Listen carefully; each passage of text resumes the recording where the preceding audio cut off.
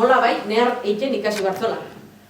Eta ne burun pentsatzen jarri nintzen, eta esan hon, nahi zek ematen dien bat tristurea o nehar gurea. Bai, berezitasuna esan deuna, elkarrekin sortutakoa da, elkarrekin egon be, kilometro askota. Eta hemen teknologi launtza handi eman dio sormen hau eiteko. Ni etxarren bizita, etxen bakar-bakarren nion, da esan hon, kuadriakok eta launek, eta falta botatzen itxula, eta orduan, eak inspirauta, nola baita, eakin akordauz, launtasun horri indarra ematen sortutako ipuiera. Bueno, azkenin neuretzate lehenengo esperientzia izan da, olako proiektu baten, eta, bueno, esperientzia oso polita. Azkenin oso egoera arraro baten sortuteko lan bat, eta segurazki beste era batea sekule ingo ez genduna. Ostaz horre bastante egun libre eukin zen bolara baten ordu asko sartu marrazten, eta esperientzia polita.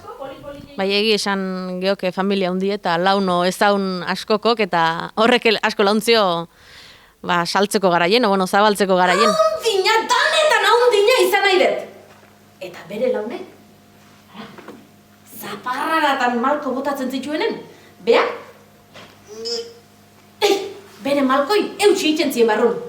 Eta hola, haundina izan nahi zon hortan, hor txoten zen eusten bere lanoi. Azkenin olako lan bat argitaratzean normalin hasierako hitzek beti politek izetei. Oindik hori huel geuke badaukuk pena hori, ondik ez daukeula liburu eskuartin, eta balorazio ingo du ja jendik eskuartin liburu daukeni. Egizu nehar, polikiz! Baina laino txiki handiena izan nahi zuen.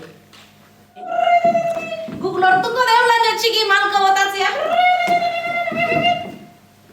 Io zien, indar baten laino txikina, eta bakarrik gedauzak esan zon.